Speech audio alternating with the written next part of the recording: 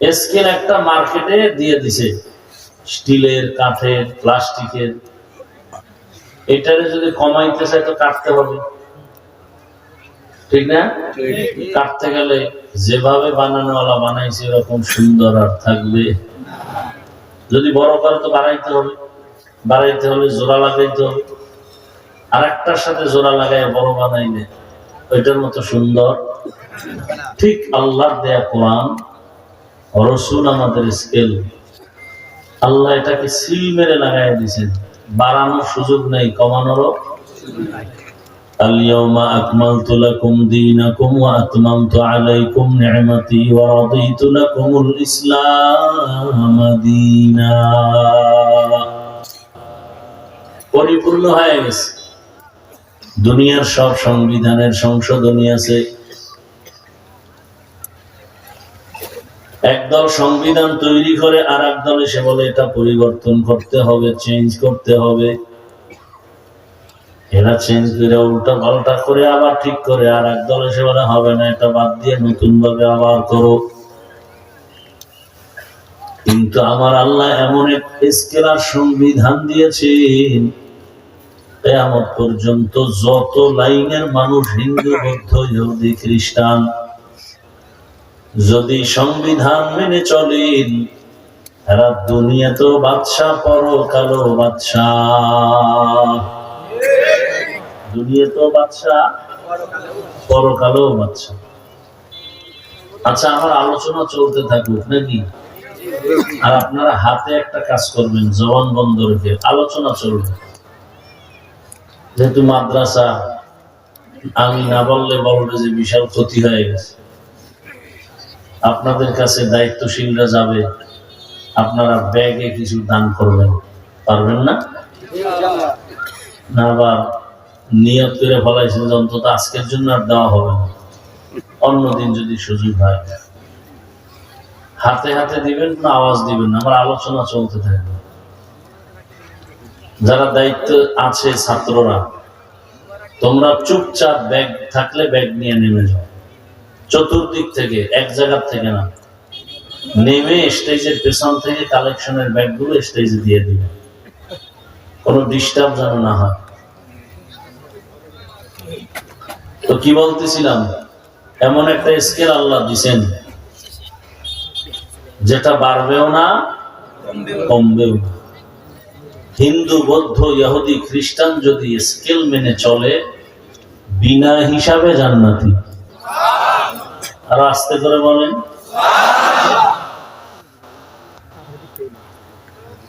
ইমানের পাওয়ার নষ্ট হয়ে গেছে। আল্লাহ সবাইকে হেদায়েতের দৌলত দান করেন। আল্লাহ পাক কোরআনে হাকিমের মধ্যে বলেন,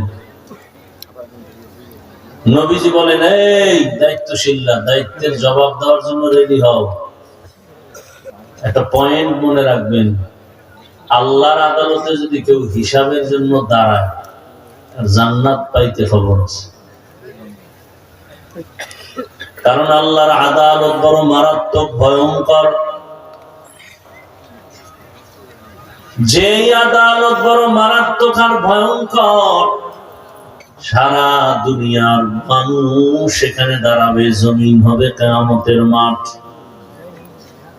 জমিন হবে কিয়ামতের মাঠ। আর সিরিয়ার জমিন বাইতুল মাকদিস হবে আল্লাহর বিচারালয়, আদালত। হাসরের মাঠে সব নারী আর পুরুষগুলো উলঙ্গ দাঁড়াবে। আম্মা জান আয়েশা রাদিয়াল্লাহু আনহা বলেন, ইয়া রাসূলুল্লাহ, মানুষ যখন উলঙ্গ দাঁড়াবে তখন কি একটু লজ্জা পাবে না? রহমতের নবী বলেন, হে আয়েশা, হাসরের ময়দানটা তো ভয়ঙ্কর হবে, কেউ কারো দিকে তাকাবার হুঁশ হবে না। তাকানোর কি থাকবে না? হুঁশ থাকবে। এমন কঠিন হবে হাসরের মাঠ, ওই সময় আল্লাহর আদালতে দাঁড়াইয়া হিসাব দিতে গেলে জাহান্নাম ছাড়া উপায় হবে না। আল্লাহ সেদিন থাকবেন রাগান্বিত হালাতের উপর। আল্লাহ পাক রব্বুল আলামিনের রাগ কেউ নরম করতে পারবে না। একজন ব্যক্তি আল্লাহ বানাইছে রহমতের নবী আমার আল্লাহর আদালতে আল্লাহর সিংহাসনের পাশে থাকবে রহমতের নবী বসা। আল্লাহ এমন এক হুঙ্কার দিবেন, রহমতের নবীকে দেখা মাত্রই আল্লাহ গরম অবস্থাটা ঠান্ডা হয়ে যাবে। ইমামুল আউয়ালিন আল আখিরিন বহর সাদকা রাহমাতাল লিল আলামিন সাইয়্যিদুল কাউনাইন খাতমুল মুরসালিন আখিরামত বুদে ফখরুল আউয়ালিন। আরে আমার যুবক বাবারা, বৃদ্ধ বাবাজি, পর্দার আড়ালের মা বোনেরা, সময় কিন্তু বেশি নাই। দুনিয়ার হালাত দুর্বল, ইমান ও আমলের হালাত দুর্বল। কয়দিন আর দুনিয়ায় বাঁচবা? আল্লাহর আদালতে দাঁড়াইয়া জবাব দিতে পারবা কিনা একটু সাহস আসেনি? চিন্তা করো। আল্লাহ পাক কোন প্রাণীকে বুঝার মতো মেধা দেন নাই। আল্লাহ মানুষকে ভালো মন্দ যাচাই করার মেধা দান করেছেন। এজন্যই তো আমরা মানুষ। তুমি একটু মেধা দিয়া যাচাই বাছাই করো। একটা গরুরে যদি বয়ান করি, গরু 3 দিনের জন্য শ্বশুর বাড়ি বেড়াতে যায়, আমার বাড়িটা পাহারা দিও, খানা দানা বাড়ির পেছনে এসে গিয়া মজার খানা রাখছি, খাইও। বাথরুমের প্রয়োজন হলে টাইলস করা, মোজাইক করা বাথরুম আছে, ওখানে গিয়া বাথরুম করিও। গরুটারে 3 ঘন্টা বয়ান করলে বয়ান বুঝবেনি। বাথরুমের ব্যাগ হলে কি পাকা বাথরুমে যাবেনি? মালিকের মাথায় পড়বে না জমিনে পড়বে, গাভীটাই পর্যন্ত চিন্তাও করবে না। চিন্তা করার মতো মেধা আল্লাহ মানুষকে দিছেন। মানুষ, তুমি একটু চিন্তা করো, তুমি ছিলা কই? কাইফা তাকফুরুনা বিল্লাহি ওয়া কুনতুম আমওয়াতান ফাআহইয়াকুম সুম্মা ইউমীতুকুম সুম্মা ইউহয়ীকুম সুম্মা ইলাইহি তুরজাউন।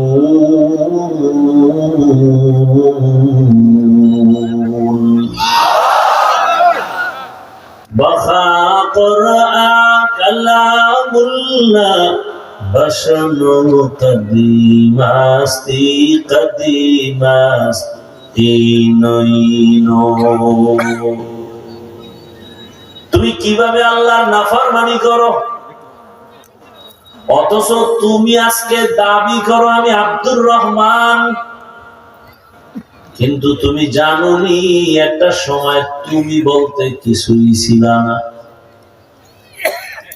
হাল আতা আলাল ইনসানি হিনুম মিনাদ দাহরি লাম ইয়াকুন শাইআম মাযকুরা।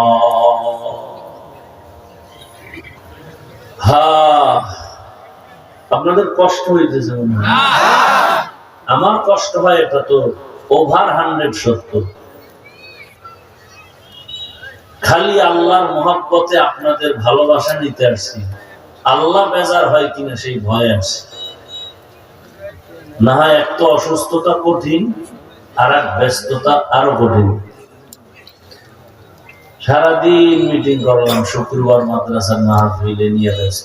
আপনারাই 5 দিন লাগাই মাহফিল করলে যা হবে খরচ, এর ডবল খরচ আমার একদিনের মাহফিল। শুক্রবার গেলে দেখে সকাল 10টা থেকে শুরু, রাত্র 12টা 1টা পর্যন্ত।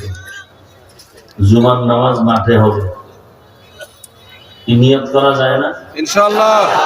চিন্তা করেন ভাড়া পান কেন? ভোটের আগের রাত্রে টাকা পাবেন না? হারাম ঘরেরা আছে না বয়ে বয়ে তসবি টানে, যে পায়খানা খাইতেই হবে ওর মা বাবার সাথে ওয়াদা করছে। বেহায়া বেলাজা নির্লজ্জ কুত্তারে হাজি বিরিয়ানি এনে খাওয়াইলো, ওর পায়খানা খাইতেই হবে। কিছু মানুষ ওরা কুত্তা না, আল্লাহ কোরআনে বলছে ওরা চার পাওয়ালা হাইওয়ান, জানোয়ার থেকেও খারাপ। বাজারে গেলে একটা মুরগি কিনবেন বড় ওজনের ১,১২০০, একটা খাসি কিনবেন ২০,০০০, গরু কিনবেন ১,০০,০০০। আশরাফুল মখলুকের কিনতে ভোটের আগের রাত্রে ৫০০। তুই গরুর চেয়েও খারাপ, কুত্তার চেয়েও খারাপ। টাকায় তো পশু বিক্রি হয়, টাকায় মানুষ বিক্রি হয় না। যেটি পশুর চরিত্রে এটি টাকায় বিক্রি হয়, টাকায় বিক্রি হয় নাই বিদায় তো গুলি মারল। মনে করছে বিদায় বিদায় নাই, এমন জাগরণ তৈরি করেছে মনে হয় যেন ৫০ বছর দেশ সততা আর তাওহীদের আগুনে উজ্জীবিত হয়ে গেছে। তুমি যুবক কি করো? ও আল্লাহর বান্দা, তুমি কি করো? মায়ের টাকা চুরি করো, বাবার টাকা চুরি করো, আর সারাটা রাত মোবাইল নিয়ে জেনা করো। চোখের জেনা, হাতের জেনা, জবানের জেনা, অন্তরের জেনা, চেহারার কোনো নূর নাই। আমি চাই তোমাকে গোটা দেশের মানুষ মাথার মুকুট মনে করবে, তুমি আদর্শ ডাক্তার হও। টাকা লাগবে না, হাদির মতো টাকা অগণিত চলে আসবে। টাকা তোমাকে খুঁজবে, ক্ষমতা তোমাকে খুঁজবে, সম্মান তোমাকে খুঁজবে। তুমি শুধু আদর্শ নিয়ে, চরিত্র নিয়ে লেখাপড়া করে একটা জায়গায় দাঁড়িয়ে যাও, নতুন করে শপথ নাও, হাদির মতো হুঙ্কার দাও যে পশু টাকা দিয়ে কিনা যায়। হাদির ভূমিকায় দাঁড়িয়েছি, সততার জীবনে দাঁড়িয়ে যাব, টাকায় কোনোদিন বিক্রি হব না। ভয় পাইছিস? ভয় তো পাবাই, কারণ যারটা খাও নাপাক খাইতেছো, এটাও না মানলে তো ভয় পাবে।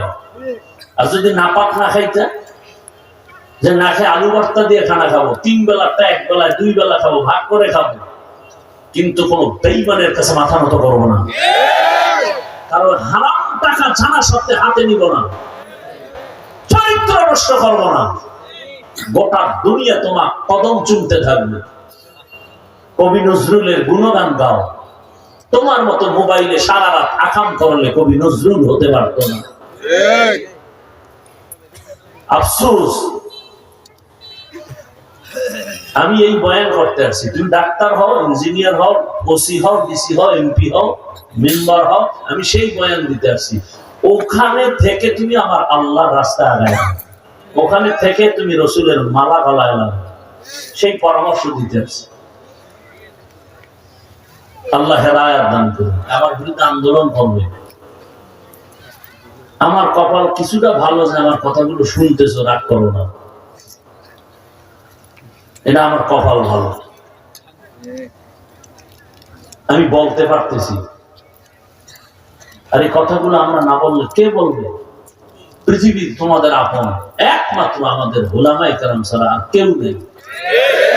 তুমি বুঝার চেষ্টা করো, আওয়াজ দিও না, তোমার চিন্তা জবান বন্ধ করে ব্রেনে কথা ঢুকাও। পৃথিবীতে আল্লাহর কসম উলামায়ে কেরাম ছাড়া সব তোমার দুশমন। বাংলাদেশে কি না দেখছো? স্বার্থের টানে মা সন্তানকে জবাই করে, সন্তান মাকে জবাই করে। তাহলে দুনিয়াতে একমাত্র তোমার জন্য জীবন দিবে একমাত্র আহলে হক, বন্ড না। আহলে হক আলেম তোমার বন্ধু, বন্ড না। আর সে আলেমকে বুকে লাগাইতে পারো না, বিরোধিতা করো, গালি দাও, ফেসবুকে উল্টা পাল্টা।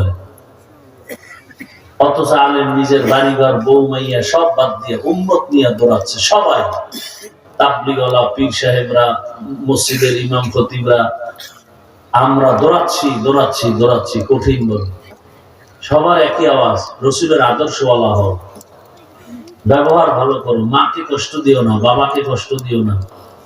এই বয়ানই তো সবার। নামাজ পড়ো, চেহারায় নূর আসবে, দেখতে ভালো লাগবে, মায়া লাগবে। এই বয়ানই তো সবাই করে। ইভেন আমার বয়ান একটু আলাদা। যেমন সবাই বলে দিনের পথে আসো, মাদ্রাসায় যাও। আমি বলি না, খবরদার স্কুল ছাড়বি না, কলেজ ছাড়বি না। আমি দোয়া করে যাব সবাই, সারা দেশে।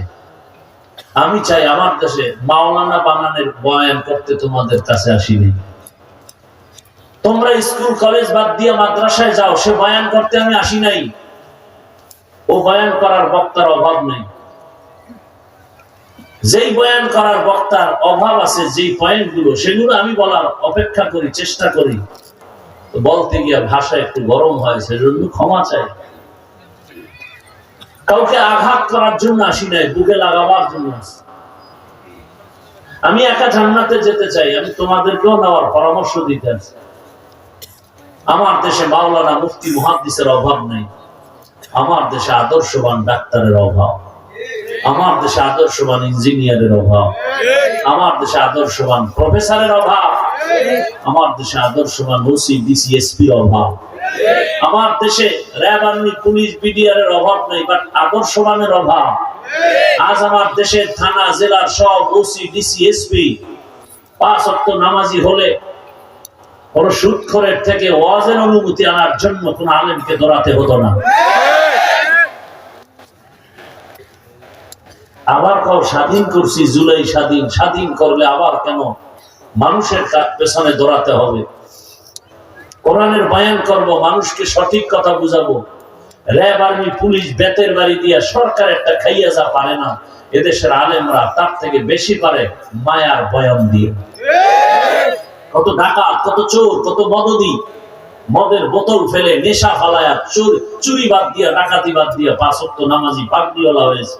যাও ঢাকা কলেজে গিয়ে দেখো, জাহাঙ্গীরনগরে গিয়ে দেখো, কত যুবক মাথায় পাগড়ি, বড় দাড়ি, বড় জামা দিয়ে কলেজে ক্লাস করে। ও ভাই, তোমারে কিছু কয় না? কলেজে শিক্ষক নাই, আছে শিক্ষিকা নাই, আছে বলে না? বলে কি বলে? বলে আমাদের রত্ন। শিক্ষিকারা বলে কলেজের আমাদের রত্ন। মাঝে মাঝে তোমার ক্লাসের মেয়েরা আড্ডাখানায় ডাকে না, ছেলে মেয়েরা রিসোর্টে যাবে, পার্কে যাবে, বলে হ্যাঁ ডাকে। তখন তুমি কি করো? ইস্তেগফার করি। ফলাফল কি হয়? কারণ মেয়েরাই কয়েকজন দাঁড়ায় বলে, ও আল্লাহর পথে আছে, তো ওরে ডিস্টার্ব করিস না, আমরা চল। বানায় বলছি না। তোমার কপালে কার বরদোয়া লাগছে নিশ্চিত কোনো সন্দেহ নেই। অত 3 জায়গার 1 জায়গার বরদোয়া লেগেই গেছে, না হয় তুমি পারো না কেন? তোমার মতো যুবকটাই তো রাস্তায় গাড়ি চালায়, নামাজ পড়ে, তোমার সমস্যাটা কোথায়?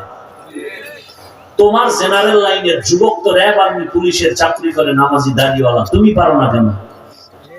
ডাক্তার, প্রফেসর, ইঞ্জিনিয়ার 5 ওয়াক্ত নামাজি আছে না নাই? তোমার কপালে কার বরদোয়া লাগছে, তুমি পারো না কেন? আবার মাস্তানি ভাব। আমাদের বরিশালের ভাষায় বলে, এমনি তো চোরের চুরি আরো সিনাজুরি।